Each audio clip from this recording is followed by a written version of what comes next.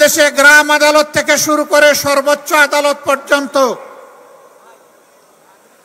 আজকে যার প্রভাব প্রতিপত্তি নেই, অ্যাকাউন্ট ভর্তি যার কোনো টাকা নেই, বাংলাদেশে তার জন্য কোনো বিচার নেই। একটা দেশ সভ্য দেশ কিনা তার পরিচয় হচ্ছে সেই দেশের শিক্ষা ব্যবস্থাটা কেমন। আমরা দেখতে পাই আমাদের দেশের শিক্ষা ব্যবস্থা মূলত দুই ধারায় বিভক্ত। দ্বীনি শিক্ষাকে কেন্দ্র করে সেই শিক্ষার চর্চার জন্য মাদ্রাসা, ছোট মাঝারি বৃহৎ আকারের হাজার হাজার মাদ্রাসা বাংলাদেশে বিদ্যমান। তার পাশাপাশি আমরা লক্ষ্য করি সাধারণ এবং বিশেষায়িত শিক্ষা দেওয়ার জন্য দেশে বেশ কয়েকটি পাবলিক এবং প্রাইভেট বিশ্ববিদ্যালয়, কলেজ, স্কুল এবং প্রাইমারি স্কুল রয়েছে, যার সংখ্যা লক্ষ লক্ষ। মাদ্রাসা শিক্ষা ব্যবস্থায় আমরা দেখি সেখানে ইলমে দ্বীনের চর্চা হয়, সেখানে কোনো গণরুম নাই, সেখানে কেউ কাউকে খুন করে না। মাদ্রাসার ভিতরে আগ্নেয়াস্ত্রের কোনো মহড়া দেখা যায় না। মাদ্রাসার ভিতরে জ্ঞান চর্চার বাইরে অন্য কিছু আমরা লক্ষ্য করি না। কিন্তু স্বাধীনতার 54 বছর আমরা দেখে এসেছি বাংলাদেশের সর্বোচ্চ বিদ্যাপীঠ ঢাকা বিশ্ববিদ্যালয় সহ অসংখ্য কলেজ বিশ্ববিদ্যালয়ে আমাদের সন্তানদের লাশ পড়েছে, রক্তে ভেসে গেছে, গাজার মদের আসর বসেছে, আমাদের মেয়েদের ইজ্জত দিয়ে টানাটানি করা হয়েছে, অস্ত্রের ঝঞ্ঝানিতে শিক্ষা প্রতিষ্ঠান অস্থির হয়ে উঠেছে। এটি একটি সভ্য দেশের শিক্ষা ব্যবস্থার পরিচয় বহন করে না। প্রিয় দেশবাসী, একটা দেশকে সভ্য দেশ হতে হলে এই দেশটাকে দুর্নীতিমুক্ত হতে হয়। আজ কিছু দল এবং ব্যক্তি বাংলাদেশকে দফায় দফায় তারা দুর্নীতিতে চ্যাম্পিয়ন করে বিশ্বের দরবারে অপমানিত করেছেন। এদের সকলের অতীত রেকর্ড বাংলাদেশের জনগণের হাতে আছে। এমনকি দুঃখের বিষয়, সকল ফ্যাসিবাদ, দুর্নীতি, বৈষম্য, দুঃশাসনের বিরুদ্ধে 5 আগস্টের বিপ্লব অনুষ্ঠিত হয়েছিল।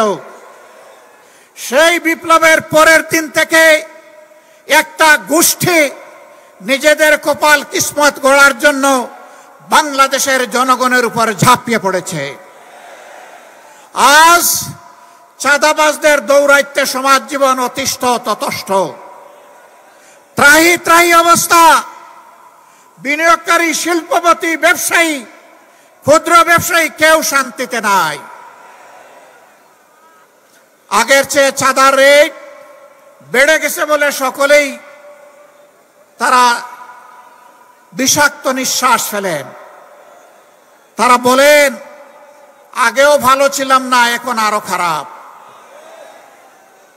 আমার আগে আলহামদুলিল্লাহ এখানে একজন বিজ্ঞ আলেম, আপনাদের প্রিয় মানুষ হযরত মাওলানা সাখাওয়াত হোসেন সাহেব বলে গেছেন, 5 তারিখের পরে আল্লাহ তাআলা আমাদেরকে ওই দেশে বাঁচিয়ে রেখেছেন এবং মুক্তির একটু স্বাদও আল্লাহ তাআলা দান করেছেন, আলহামদুলিল্লাহ।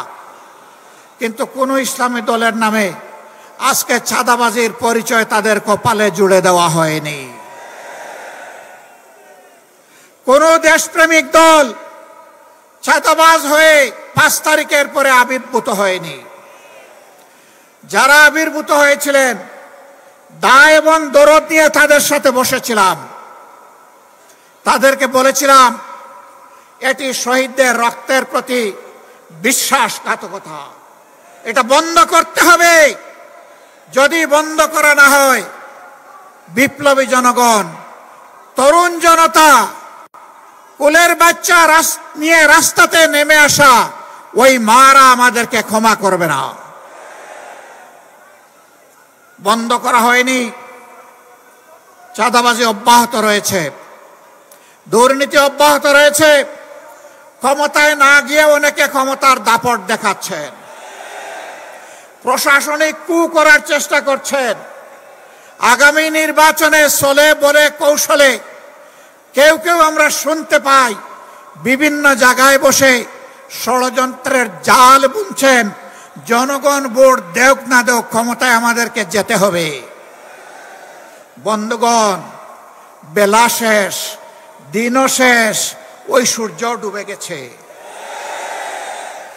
এ বাংলাদেশে এটা আর হবে না। এটা আমরা হতে দেব না ইনশাআল্লাহ। আমরা তরুণ যুবকদেরকে জিজ্ঞেস করতে চাই, যাদের বয়স 35 কিংবা তার নিচে, তিনটা নির্বাচনে ভোট দিতে পারো নাই, অর্থাৎ সারা জীবনে একটা ভোট দিতে পারো নাই। আগামীতে তোমাদের ভোট নিয়ে কেউ ছিনিমিনি খেলুক, কেউ চুরি করুক, কেউ তোমাদের ভোট হাইজ্যাক করুক, তোমরা কি তা বরদাস্ত করবে? আমরা তোমাদেরকে কথা দিচ্ছি, তোমাদের ভোটের পাহারাদারি করার জন্য আমরাও যুবক হয়ে সেদিন তোমাদের সাথে একইভাবে লড়ব ইনশাআল্লাহ। এখন থেকে আমরা সারা দেশে জনগণের ব্যাপক ভালোবাসা দেখতে পাচ্ছি। এই ভালোবাসা ঈর্ষান্বিত হয়ে মনের জ্বালায় অনেকে আমাদের ব্যানার, ফেস্টুন, প্লেকার্ড, আমাদের পোস্টারগুলো ছিঁড়ে খান খান করে ফেলছেন। বন্ধুগণ, টের পান নাই? জনগণ আজকে আর গাছের পোস্টার, লাইট পোস্টের পোস্টার, রাস্তার উপর দড়ি দিয়ে সাঁটানো পোস্টার দেখে সিদ্ধান্ত নেয় না। আজকে তারা সিদ্ধান্ত নিয়ে ফেলেছে, যাদেরকে তারা ভালোবেসেছে তাদের বুকের ভিতরে তারা পোস্টার স্থায়ীভাবে স্থাপন করে দিয়েছে। রাস্তার পোস্টার ছিঁড়তে পারবা, বুকের পোস্টার ছিঁড়তে পারবা না। অতএব ওই পোস্টার ছিঁড়াছিঁড়ি করে কোনো লাভ নেই। দিশাহারা হয়ে, হতাশ হয়ে, ক্ষুব্ধ হয়ে চূড়াগলিতে কেউ যদি হাঁটার চিন্তা করেন, তাহলে প্রয়োজনে আরেকটা 5 আগস্ট অনুষ্ঠিত হবে ইনশাআল্লাহ। যেই 5 আগস্ট সন্ত্রাসকে, ফ্যাসিবাদকে তাড়িয়ে দিয়েছিল, সেই 5 আগস্ট প্রয়োজনে আবার রুখে দেবে ইনশাআল্লাহ। সম্মানিত ভাইয়েরা, এখন থেকে ছাত্র জনতার, শ্রমিক জনতার, ব্যবসায়ী জনতার, আপামর জনতার, শিশু থেকে বৃদ্ধ সমস্ত মানবতার ঐক্য আমাদেরকে গড়ে তুলতে হবে ইনশাআল্লাহ। এই ঐক্যই আগামী দিনে বাংলাদেশের জাতীয় সংসদে যাবে বিজয়ীর বেশে ইনশাআল্লাহ। এ বিজয় কেউ ঠেকাতে পারবে না ইনশাআল্লাহ। কারণ আমরা আছি মজলুমের পক্ষে, আমরা আছি অপশাসনের বিরুদ্ধে, আমরা আছি বৈষম্যের বিরুদ্ধে, আমরা আছি ন্যায়ের পক্ষে, আমরা আছি আল্লাহর দেওয়া কোরআনের বিধানের পক্ষে। এ বিজয় আমাদের হবে ইনশাআল্লাহ। সম্মানিত ভাইয়েরা, কেউ কেউ জাতির মধ্যে হিংসা সৃষ্টি করে জাতিকে বিভিন্নভাবে বিভক্ত করতে চান।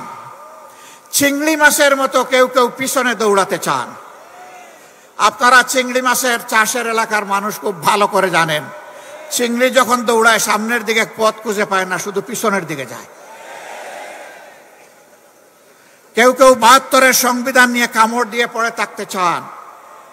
আমাদের বন্ধুদের মাঝে দীর্ঘদিন একসাথে আন্দোলন সংগ্রাম, ফ্যাসিবাদের বিরুদ্ধে লড়াই করেছি, তাদের কাউকে কাউকে আজকে আমরা সে কথা বলতে শুনি।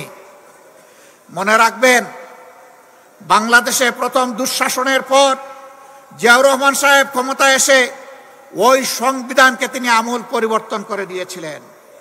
এখন যদি কেউ ৭২-এর সংবিধানের কথা বলেন, কার্যত তিনি শহীদ প্রেসিডেন্ট জিয়াউর রহমান সাহেবের বিরুদ্ধে অবস্থান নেবেন।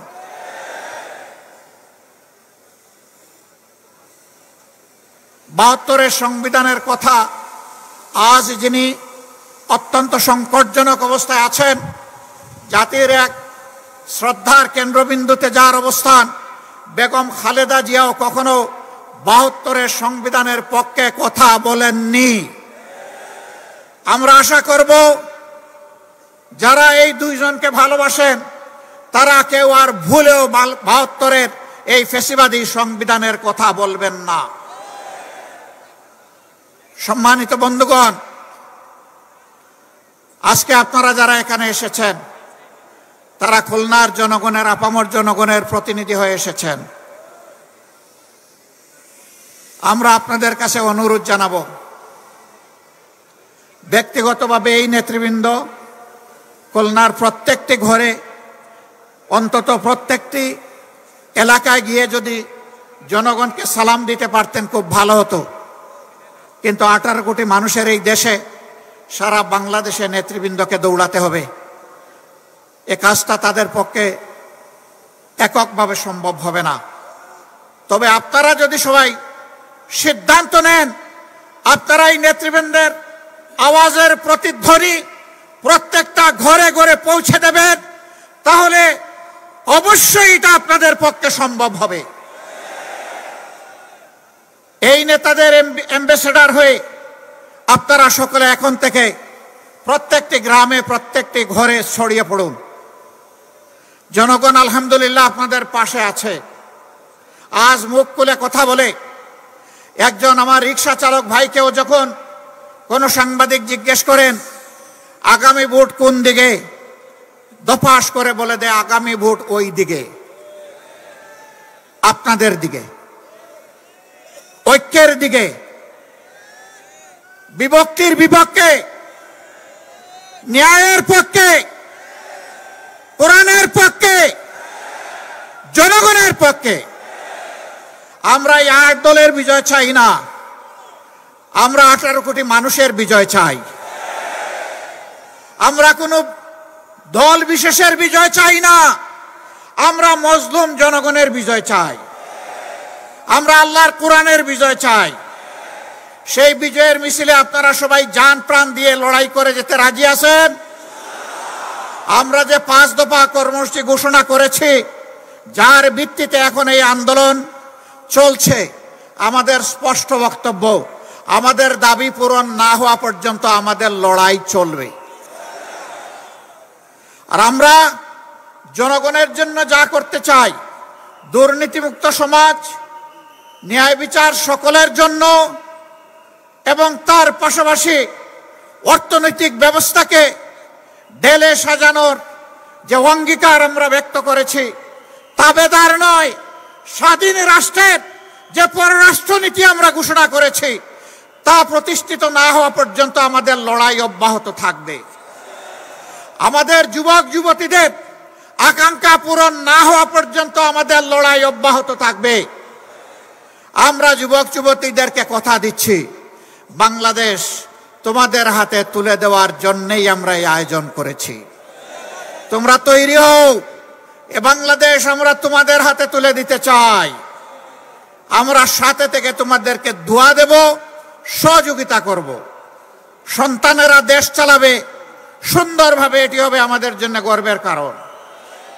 প্রস্তুতি নেওয়ার জন্য আহ্বান জানাচ্ছি, তোমরা প্রস্তুত হয়ে আসো। শুধু চাকরি কেন, চাকরির খোঁজ না করে নিজেই কিভাবে দেশটা গড়বা, চাকরি দিবা, সেই ব্যবস্থা, সেই চিন্তা এখন থেকে মাথায় লালন করো। আমরা ওই শিক্ষাই তোমাদের হাতে তুলে দিব, যেই শিক্ষা একজন মানুষকে মানুষও বানাবে, আবার একজন দক্ষ কারিগরও বানাবে ইনশাআল্লাহ। সেই বাংলাদেশ গড়ার চলমান এই আন্দোলনের সংগ্রামে বাংলাদেশের 18 কোটি মানুষকে শরীক হওয়ার উদাত্ত আহ্বান জানিয়ে আজকে যারা এই আয়োজন করেছেন তাদেরকে কেন্দ্রীয় সংগঠনের দায়িত্বশীল নেতৃবৃন্দের পক্ষ থেকে আন্তরিক কৃতজ্ঞতা এবং ধন্যবাদ জানিয়ে আমরা মহান আল্লাহ তাআলার সাহায্য কামনা করে আগামী দিনে একটা ফেসিবাদ মুক্ত সমাজ দেখার আকাঙ্ক্ষা প্রত্যয় রেখে আমার কথা এখানেই শেষ করছি। আল্লাহ হাফিজ। বাংলাদেশ জিন্দাবাদ। বিজয় হোক জনতার। আসসালামু আলাইকুম ওয়া রাহমাতুল্লাহ।